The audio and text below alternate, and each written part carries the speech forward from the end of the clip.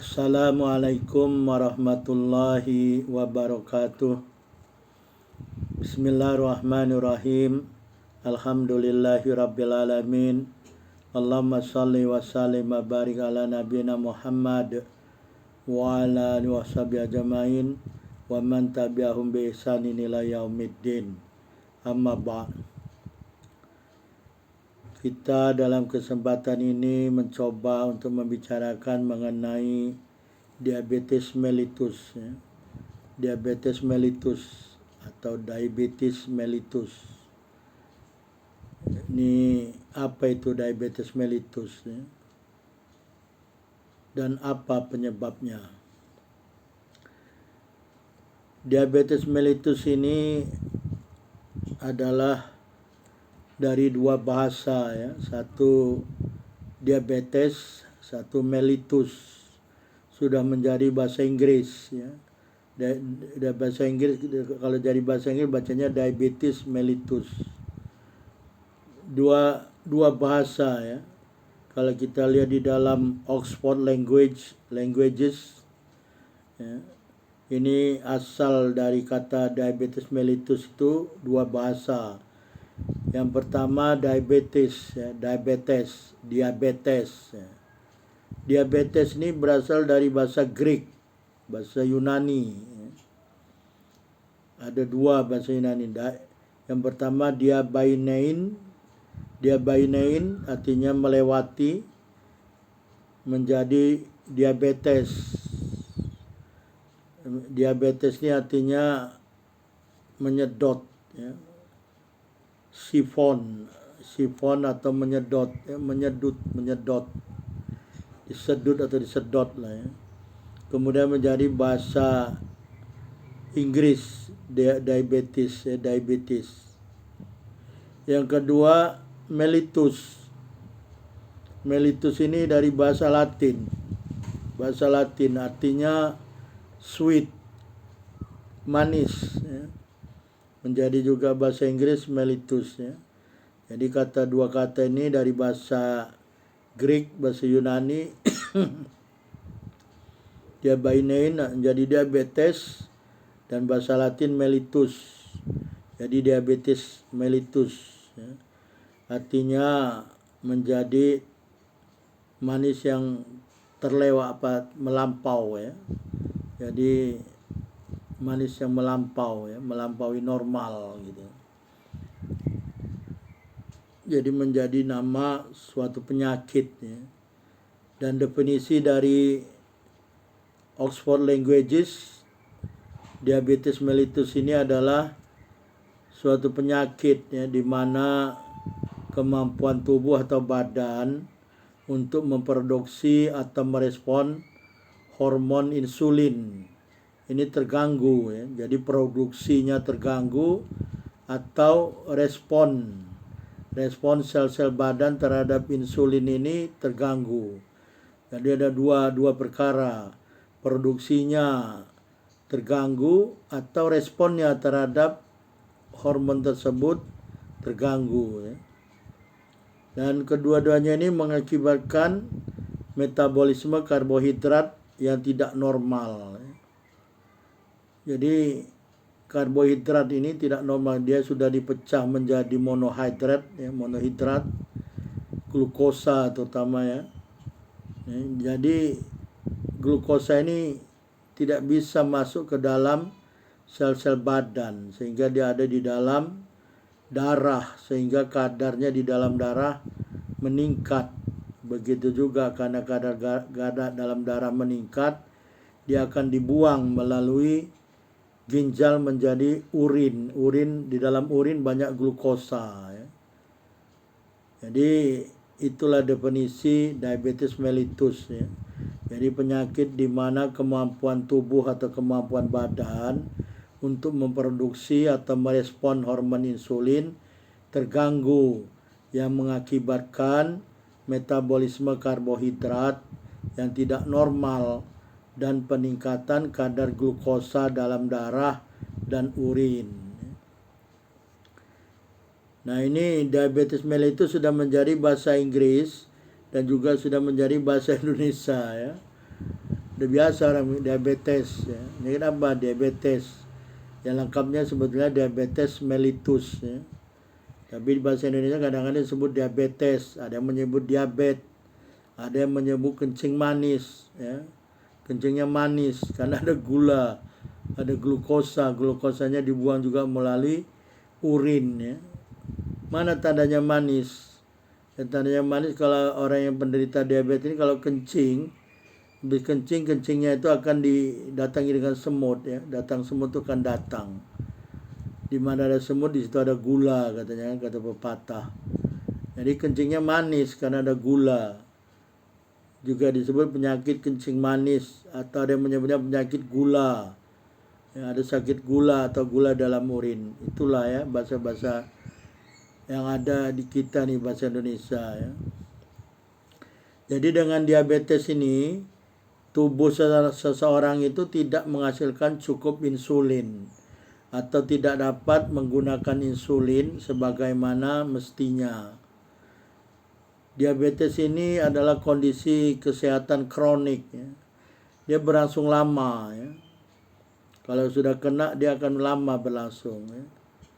Yang mempengaruhi cara tubuh seseorang mengubah makanan menjadi energi ya. Jadi tubuh seorang akan memecah karbohidrat dari makanan menjadi gula yang sederhana, yaitu monohidrat ya, jadi dari kompleks ya, karbohidrat kompleks seperti nasi ya, karbohidrat seperti nasi, apalagi kentang atau ubi ya, gandum ya, itu yang semuanya mengandung karbohidrat tuh. Ini karbohidrat kompleks ya, akan diubah menjadi monohidrat, yaitu glukosa terutamanya ya. Glukosa ini akan diserap oleh usus dan masuk ke dalam darah. Kemudian ketika gula darah naik, badan atau tubuhnya akan mendapat sinyal ya, terutama dia akan memberi sinyal ke organ pankreas, sehingga pankreas ini akan melepaskan insulin.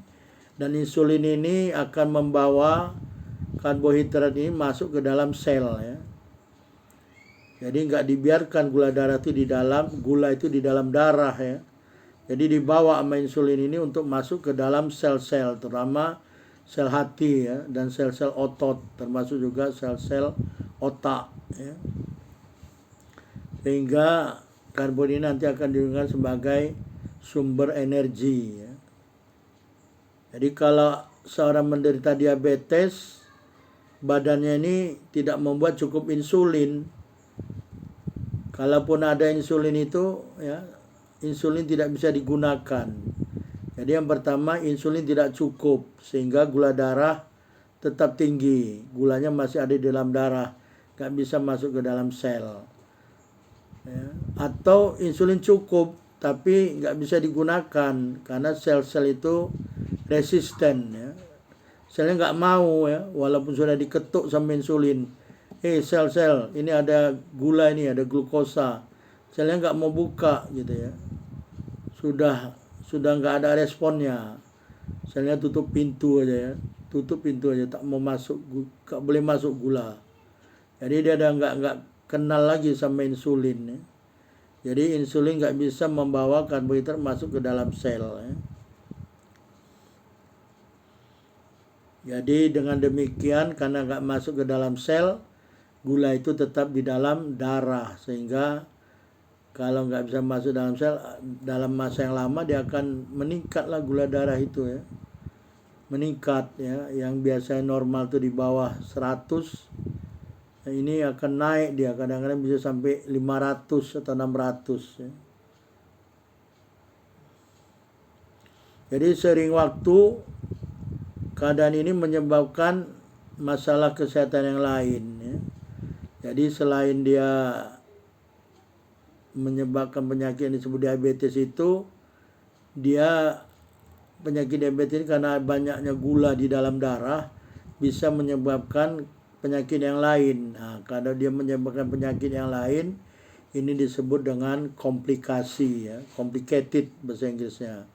Jadi kompleks dia. Tidak hanya diabetes saja ya. Ya, dia akan mempengaruhi jantung, fungsi jantung ya, karena darahnya itu apa?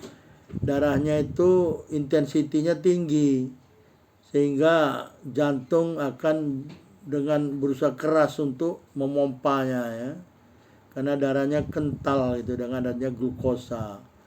Ya contoh aja, kalau air Anda masukkan gula ya, Anda kacau gitu ya, air itu kan akan densitinya akan meningkat, jadi dia menjadi kental gitu ya. Begitu juga darah, kalau darahnya kental, nah ini akan menyebabkan penyakit-penyakit seperti penyakit jantung. Kalau dia masuk ke dalam mata ya, nah ini akan menyebabkan mata itu akan kabur, karena kapiler-kapiler dari dalam mata itu dia tidak, aliran darahnya tidak sempurna ya, dan juga bisa mempengaruhi saraf ya. Saraf-saraf, terutama saraf-saraf perifer ya, dia nanti akan menyebabkan rasa numbness, rasa kebas. Ya kalau masuk dalam ginjal, nah ini bahaya, karena di ginjal ini banyak kapiler ya. Kalau kapiler dia masuk ke dalam kapiler, itu akan tersumbat kapilernya, sehingga fungsi ginjal itu sebagai penyaring darah akan terganggu. Jadi dengan demikian banyak komplikasinya ya, tergantung berapa lama seorang itu menderita diabetes dan juga apakah ditangani atau tidak ya. Jadi diabetes ini belum ada obat ya, nggak ada obatnya sampai sekarang, hanya bisa menyuntikkan insulin untuk membantu mengurangi jumlah glukosa. Jadi disuntik tiap hari gitu ya. Dan ada cara-cara untuk meringankan atau mengurangkan beban penderita diabetes ini dengan cara menurunkan berat badan ya, berat badan dikurangkan ya. Jadi turunkanlah berat badan. Dan biasanya nggak perlu diturunkan juga, biasanya dengan adanya penyakit diabetes ini orang menjadi kurus. Kenapa menjadi kurus? Karena energi nggak masuk ke dalam sel ya. Jadi energi nggak masuk dalam sel, selnya nggak bisa berfungsi dengan normal, dia akan berkurang size-nya, berkurang ukurannya. Jadi biasanya orang yang menderita diabetes akan menjadi lebih kurus ya. Kemudian mengatur makanan. Nah, pengaturan makan ini sangat-sangat penting dalam diabetes ya. Ini nanti termasuk diet terapi ya. Jadi terapi dengan mengatur makanan ya. Kemudian juga exercise, bergerak aktif. Jadi aktif bergerak ya. Aktif bergerak ini juga kalau masih kuat bergerak ya. Kadang-kadang penderita diabetes ini kalau udah ada komplikasi jantung, nah ini kadang-kadang jantungnya lemah, bergerak aja sedikit sudah kadang-kadang pusing gitu ya, karena darahnya nggak sampai ke otak gitu ya. Jadi ada cara-cara yang sangat membantu untuk mengurangkan beban penderita diabetes tadi, yaitu menurunkan berat badan, makan makanan yang sehat ya, toyib dalam Islam. Makanan-makanan itu diatur ya, terutama jumlah karbohidrat ini diatur, dikurangkan, jangan berlebihan. Kemudian bergerak aktif ya, nggak mesti olahraga kuat ya. Ya misalkan kerja-kerja rumah tangga aja, misalkan cuci piring, sapu-sapu gitu ya. Ya kalau nggak mau kerjaan gitu ya jalan ya, berjalan ya, pergi ke masjid jalan, pulang dari jalan ya kalau kuat ya. Jadi hal-hal lain yang dapat dilakukan untuk membantu mengurangkan gula darah itu biasanya dengan minum obat penurun gula darah ya, atau dengan suntikan insulin ya. Sekarang suntikan insulin sudah mudah dengan menggunakan seperti pipet gitu ya, dengan jarum kapiler ya. Ini berkat karena pengembangan teknologi ya, bioteknologi. Insulin itu sudah bisa dihasilkan melalui rekombinan ya. Kalau dulu kan diambil dari pankreas lembu ya. Tapi sekarang ini ada rekombinan, teknologi rekombinan, dia bisa diproduksi secara in vitro ya. Kemudian dapatkan pendidikan dan dukungan manajemen diri untuk diabetes ya, terutama mengatur makanan ya. Kemudian kalau mau dirawat ya rawat lah ya, kalau ini pun ada, kalau ada biaya yang cukup ya. Kalau enggak ya merawat sendiri ya, merawat sendiri, jaga makanan ya, terutama makanan yang perlu dijaga ya, karena makan ini akan dimakan dan akan masuk ke dalam darah, terutama karbohidrat ya.